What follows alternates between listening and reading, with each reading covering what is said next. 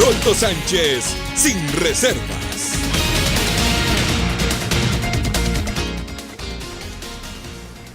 Qué gusto tenerlos de nuevo en la entrevista Sin Reservas. Hoy hablaremos de cómo la justicia enfrenta un alto riesgo en Guatemala ante la amenaza y presiones que sufren los jueces.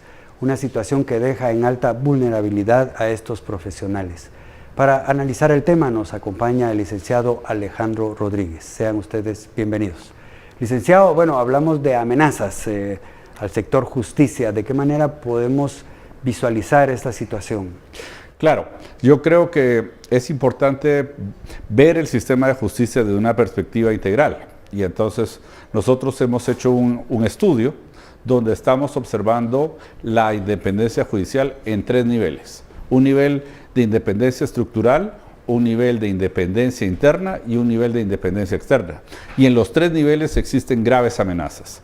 En el nivel estructural, nosotros vemos la principal amenaza en la forma en que está concebido el sistema de justicia en Guatemala. En primer lugar, la forma de gobierno actual de la justicia permite un organismo centralizado, burocrático y sobre todo jerárquico. Y esto da lugar a que existan intromisiones indebidas por parte de la cúpula del Poder Judicial. También las funciones administrativas y las funciones jurisdiccionales están todas concentradas dentro de la Corte Suprema de Justicia, lo que ralentiza la administración de justicia y en última instancia hace que sea muy lenta. Pero lo que más nos preocupa a nosotros fundamentalmente desde la perspectiva estructural es el bajo presupuesto que tiene el organismo judicial en Guatemala. O sea, el organismo judicial en el país el presupuesto que tiene actualmente es uno de los más bajos a nivel latinoamericano. Estamos hablando de que Guatemala está gastando apenas $14 por cada habitante en justicia. Y eso naturalmente impide que haya un acceso a la población al sistema de justicia. Entonces, desde el punto de vista estructural, también encontramos muchas deficiencias en la parte que podríamos llamar normativa o constitucional en que está el Poder Judicial, puesto que permite la injerencia del Poder Ejecutivo y del Poder Legislativo en la administración de justicia. Cuando usted habla nosotros, ¿se refiere a alguna institución? Sí, el estudio que se hizo fue el estudio por parte del Observatorio de Independencia Judicial, que está integrado por 3 instituciones, que son Impunity Watch, una institución holandesa, que está trabajando todo el tema de justicia transicional, la Asociación Plataforma Internacional contra la Impunidad y el Instituto de la Judicatura. Los 3 hicimos este estudio, es un estudio sobre la situación de la independencia judicial en Guatemala y analizamos estas 3 perspectivas. La independencia estructural, la independencia interna y la independencia exterior o las amenazas externas que enfrenta un juez en su trabajo. Entonces, estas amenazas, digamos, de los jueces, ¿se da donde en mayor incidencia? ¿En la capital o aquellos jueces que están en el interior del país? Bueno, la vulnerabilidad mayor se encuentra en el interior del país, efectivamente. O sea, hay jueces en el interior del país, especialmente los jueces de paz, que están totalmente expuestos y algunos han tenido que ser evacuados. En el estudio que nosotros hicimos encontramos, por ejemplo, que 4 sedes judiciales tuvieron que abandonar por amenazas sus instalaciones. Posteriormente regresaron, pero hay algunas instalaciones en donde los jueces no han podido regresar todavía, ¿verdad? Esto es sumamente grave, puesto que vemos que el juez no tiene la seguridad adecuada por parte del Estado para poder ejercer sus funciones. Y se encuentra también expuesto en algunos lugares a la criminalidad organizada que opera en el propio lugar. Sí.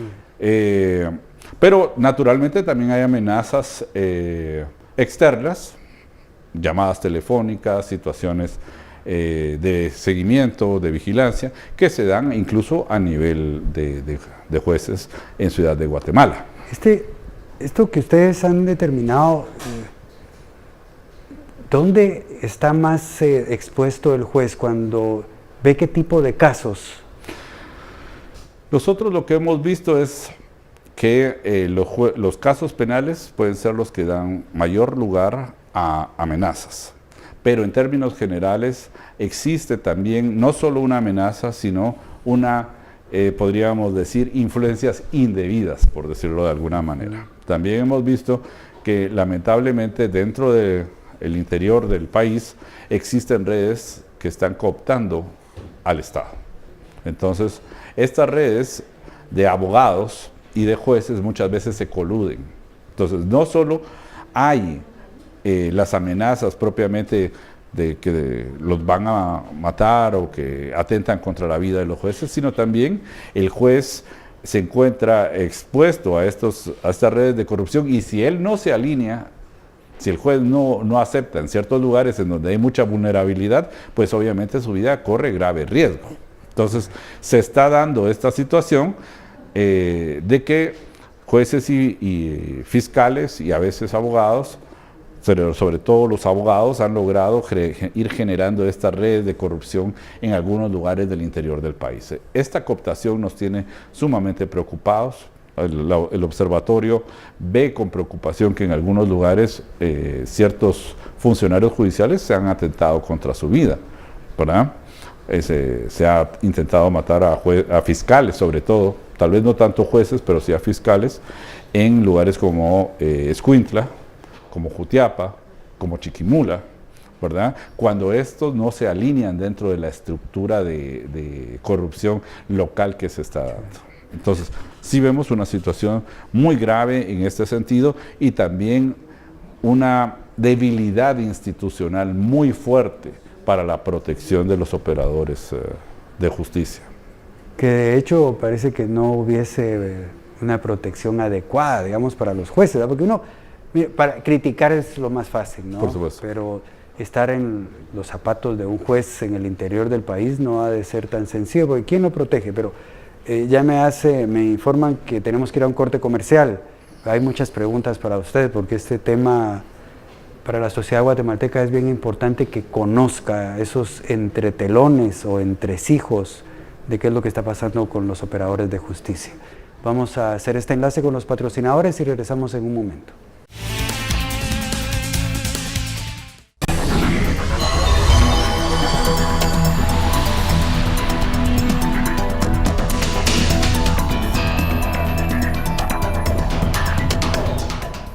De este informe que ustedes han elaborado, bueno, se desprenden sus luces y sus sombras en cuanto a la aplicación de la justicia, pero yo le preguntaría a usted, ¿qué es lo que más le está preocupando?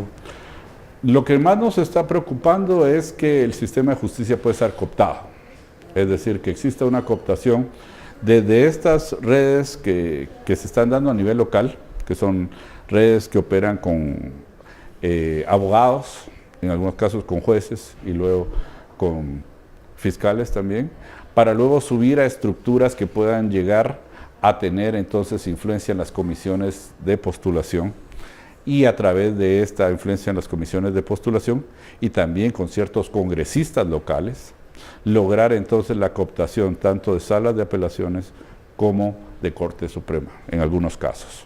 Esto es lo que más nos preocupa, que se vaya estructurando un sistema paralelo de justicia, en donde se está negociando prácticamente la justicia y evitando que las personas puedan tener entonces un acceso igualitario a la justicia, puesto que hay una gran tasa de corrupción dentro del sistema judicial. Esto nos preocupa que se pueda extender, y nos preocupa porque necesitamos cambiar nuestros sistemas normativos, nuestra constitución, para tener otro tipo de sistemas que permitan que accedan jueces y fiscales y sobre todo magistrados que realmente sean íntegros, que demuestren su capacidad y que tengan las condiciones de seguridad y de estabilidad para poder desarrollar adecuadamente su función, porque eso es lo que está faltando, las condiciones adecuadas para que los mejores puedan ir ocupando los lugares, porque no hay duda que en Guatemala hay excelentes jueces, hay jueces muy valientes, muy comprometidos, pero la estructura normativa y la estructura organizacional en el Estado lamentablemente se está cooptando. Y es el momento en donde nosotros debemos de desarrollar, pues dar esta voz de aviso para que no continúe con esto. Este año vamos a tener la elección a fiscal general, que es un paso importantísimo para la consolidación de nuestra democracia y no podemos permitir que vayan a darse también un proceso en donde pueda haber vicios y pueda llegar una fiscal general o un fiscal general que no reúna las condiciones de idoneidad necesarias. ¿Usted cree que ser un juez honesto en Guatemala es difícil? Yo creo que requiere de mucho valor, requiere de mucha integridad, sobre todo porque está sujeto, por un lado, a grandes influencias y presiones por parte de autoridades superiores, por parte de autoridades políticas. Algunos diputados en las localidades tratan de influenciar a los jueces, algunos diputados van y ofrecen a los jueces que pueden ascender a magistraturas si los apoyan. Entonces, un juez honesto naturalmente dice que no, pero luego mira a un compañero que no es tan honesto, que acepta una proposición de estas y sube. Yo creo que Claudia Escobar en el año 2014 nos dio una gran lección de integridad y de honestidad al haber desafiado a Woody Rivera, a un diputado muy poderoso en ese momento, presidente del Congreso, y decirle, no, yo no voy a aceptar esta magistratura porque lo está haciendo condicionada a una resolución judicial. Y eso es lo que nosotros tenemos que instalar dentro del sistema de justicia guatemalteco. Ese tipo de personas que tienen honestidad, que tienen integridad, que tienen valentía y que pueden entonces oponerse a quienes tratan de cooptar el poder judicial. Mire, licenciado, en ese caso concreto de la licenciada Claudia Escobar, actuó de la mejor manera, que es el ejemplo de lo que debería de ser el aplicador de la justicia, pero no hay que olvidar que fue castigada. En lugar de aplaudir, de reconocer lo que hizo, sus jefes, porque tenía jefes, ¿no? La castigaron. Entonces, ahí es donde hay que cambiar mucho, ¿verdad? Definitivamente, bueno, yo creo que ella logró hacer un precedente, sentar un precedente importantísimo, porque la condena al diputado Woody Rivera por tráfico de influencias es algo que realmente coloca a Guatemala en la vanguardia de la lucha por la independencia judicial, ¿verdad? Es cierto, el sistema en sí mismo dio lugar a que varias personas que estaban en la corte en su momento, como Blanca Stalin o otros que han salido, pues efectivamente utilicen su poder para tratar de expulsar a los buenos elementos. Y esa es una de las principales preocupaciones. O sea, la independencia interna del organismo judicial se debe preservar mucho, evitando que se puedan ejercer presiones como las que estaban tratando de hacer sobre Claudia Escobar, por ejemplo. O sea, ella regresó a su judicatura, la mandaron a una judicatura muy peligrosa como puede ser Misco, pero además con presiones, le mandaban supervisiones y otro tipo de elementos internos. Al final de cuentas ella tuvo que salir y no había seguridad suficiente para que ella pudiera realmente tener estabilidad en su posición como juzgadora, ¿verdad? Entonces sí, definitivamente tenemos un problema muy serio de estructurar estos mecanismos para proteger a los buenos jueces y para alentar que los buenos jueces puedan efectivamente ascender en la carrera judicial. Pero eso también significaría que deberíamos de tener buenos magistrados en la Corte Suprema de Justicia. Definitivamente creo que el sistema tiene que ir propiciando eso. O sea, tenemos que cortar un círculo vicioso que ha permitido o ha fomentado de alguna manera este tráfico de influencias, porque el problema es el tráfico de influencias. Quizá muchos de los compañeros magistrados son excelentes profesionales, incluso bastante íntegros, pero no pueden subir si no aceptan cierto grado de compromiso político con los electores. Entonces, no está en las personas, está en el sistema el problema. Y por eso tenemos que cambiar definitivamente la estructura constitucional de elección actual de Corte Suprema de Justicia y de magistraturas. Ya hay un primer paso con la elección del Consejo de la Carrera Judicial Nueva, la nueva ley de carrera judicial, que va a permitir tener mejores condiciones para la evaluación de desempeño de jueces, para ver quién es el que tiene excelencia profesional, para crear sistemas íntegros de selección de carrera, pero por supuesto debemos de hacer reformas muy profundas dentro del organismo judicial para que el sistema permita una meritocracia real. Mire, a usted que está en casa le quiero decir algo. Este señor que tengo acá enfrente, el licenciado Alejandro Rodríguez, no va a poder ser juez, menos magistrado, con todo lo que ha dicho, porque es una estructura que se maneja de la peor forma. ¿Usted cree que lo dejarían después de todo lo que ha venido no a denunciar, sino es el resultado de un estudio? O sea, eso es lo que tenemos que cambiar. En Guatemala hay que cambiar muchísimas cosas, pero el tema de la aplicación de la justicia debería de preocuparnos a todos. Vamos a hacer el último enlace con los patrocinadores y estamos en un momento con ustedes.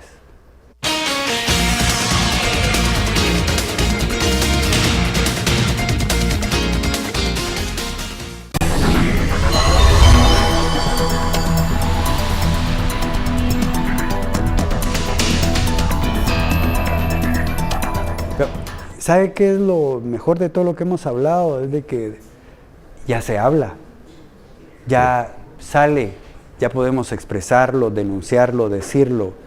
Entonces, sí hemos avanzado, ¿verdad? Ha existido un gran avance. No podemos pensar que estamos como en 1978, cuando existía una dictadura militar en el país, el Poder Judicial estaba completamente cooptado, teníamos cadáveres en las calles de ejecuciones extrajudiciales. No existía Poder Judicial. En ese tiempo era la desaparición forzada, prácticamente la forma en que se aplicaba el sistema de justicia en el país, ¿verdad? 45,000 desaparecidos durante esa época, un Poder Judicial muy débil. Afortunadamente hemos ido avanzando, han sido pasos que se han venido consolidando. Crear una constitución como la del 85 fue importante, aun cuando el Poder Judicial del 85 no tiene todos los estándares internacionales, pero ha logrado consolidar cierto grado de independencia y hoy ya tenemos casos importantes que se están llevando a juicio, tanto en justicia transicional por graves violaciones a los derechos humanos, como los casos por corrupción, haber enjuiciado a un presidente, a una vicepresidente e incluso a miembros del Poder Judicial. Son avances importantes. Pero tenemos que reconocer que tenemos que siempre ir hacia mejores situaciones y que debemos de reconocer lo que está sucediendo en el país. Si no reconocemos estos problemas, no podemos consolidar un verdadero Estado de Derecho. Necesitamos que la independencia judicial se consolide desde el momento en que los jueces sientan la seguridad, la estabilidad y la protección necesaria para sentirse libre de influencias, ¿verdad? Eso es lo que más nos preocupa a nosotros. Los avances que tenemos se pueden perder si no se consolida un Estado de Derecho y no se consolida las reformas necesarias. Yo creo que la CICIG lo planteó muy claramente. La reforma constitucional es un paso indispensable para que estos vicios que existen actualmente no vayan a avanzar y destruir todo lo que hemos logrado en los últimos años. ¿Cuál cree usted que debería ser el rol de la sociedad guatemalteca frente a este tema de la aplicación de la justicia como debe de ser? Yo creo que hay un papel muy importante de auditoría social y de respaldo social. O sea, auditoría social denunciando aquellos casos en donde existan situaciones de corrupción, situaciones que se ha actuado con anomalías dentro de un proceso, y también aplaudiendo y respaldando a los buenos jueces y a las asociaciones de jueces que están tratando de hacer su labor. O sea, debemos de reconocer que hay personas en el organismo judicial que están haciendo una excelente labor y que la sociedad los reconoce. Pero a veces se quedan un poco solos, a veces se pierde ese respaldo social. Entonces, el buen juez tiene que sentir que la sociedad también está reconociendo el trabajo que está haciendo, que no es un trabajo fácil, porque es un trabajo que requiere mucha valentía, enfrentar a graves poderes, a grandes poderes ocultos que han cooptado regularmente el Estado de Guatemala y que han obtenido grandes ganancias de esa cooptación, y que pues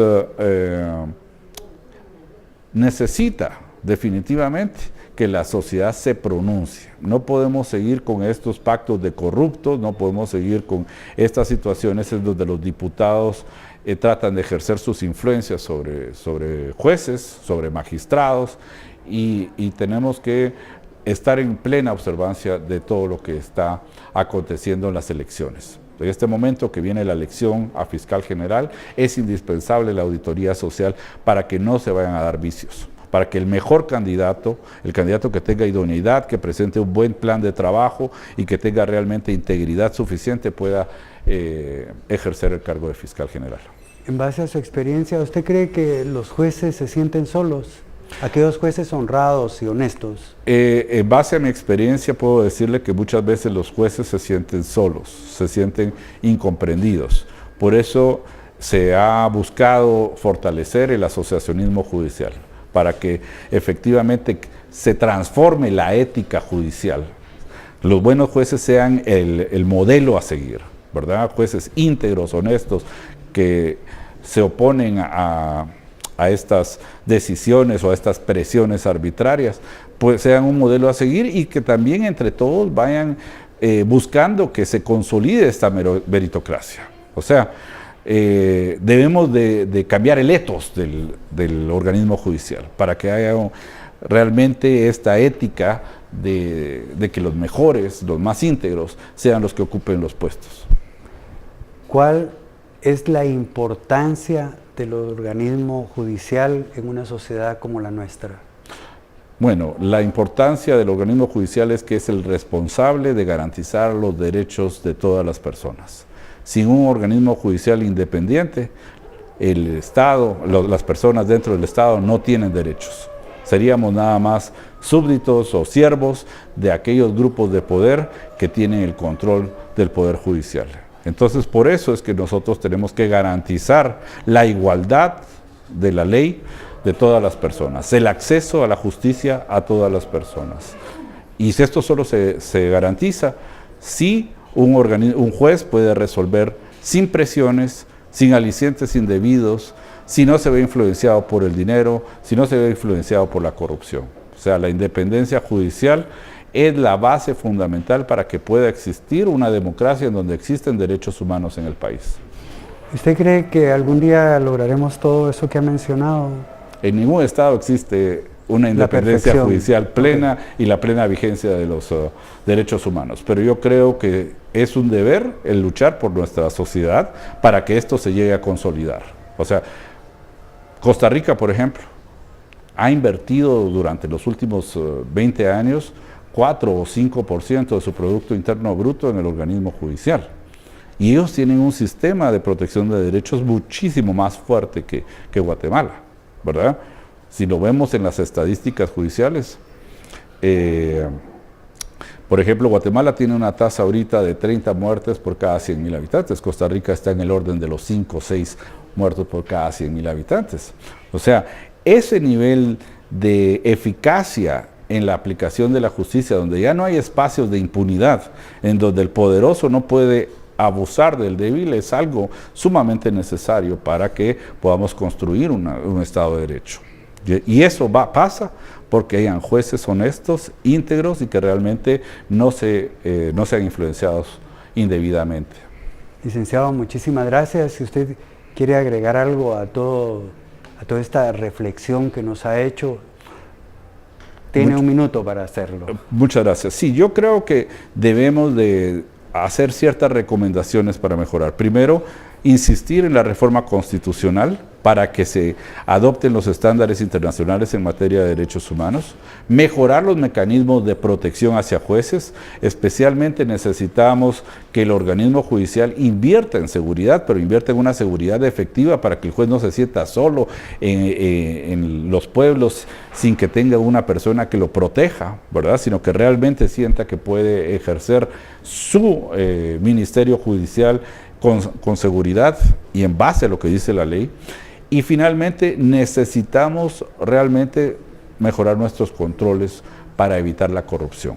El sistema de justicia en Guatemala está en peligro de ser cooptado por la corrupción y evitar esta posibilidad de un acceso igualitario a la justicia, y debemos denunciar estas estructuras que están operando a nivel local, a nivel intermedio y a nivel nacional, que están tratando de hacer que la justicia en Guatemala sea una justicia inexistente, ¿verdad? Para nosotros es muy importante esto. Por eso se tiene que cambiar el sistema de comisiones de postulación en la elección de jueces. Bueno, muchísimas gracias. De verdad agradezco esa lección que nos ha dado de cuál debe ser el camino de la justicia en el país. Se lo agradezco muchísimo.